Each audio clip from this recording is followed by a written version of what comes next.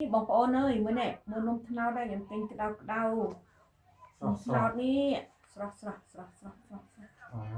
នេះនៅសៀមរាបអញ្ចឹងណានំថ្នោតណាទិញមិនខ្ញុំទិញមកដល់មិញហើយបើកឡាន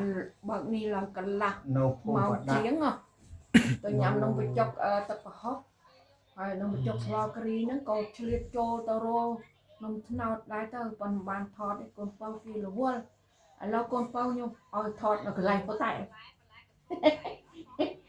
យថតនៅហូតតែបណ្ដោយទៅ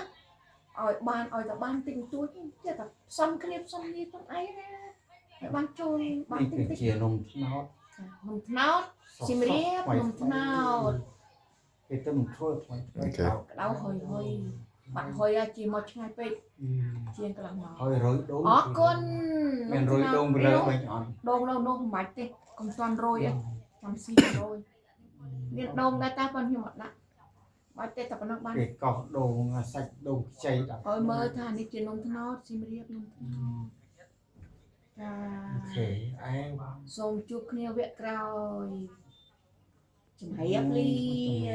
យ៉ានខេងខុកវ៉ាក់វិចាន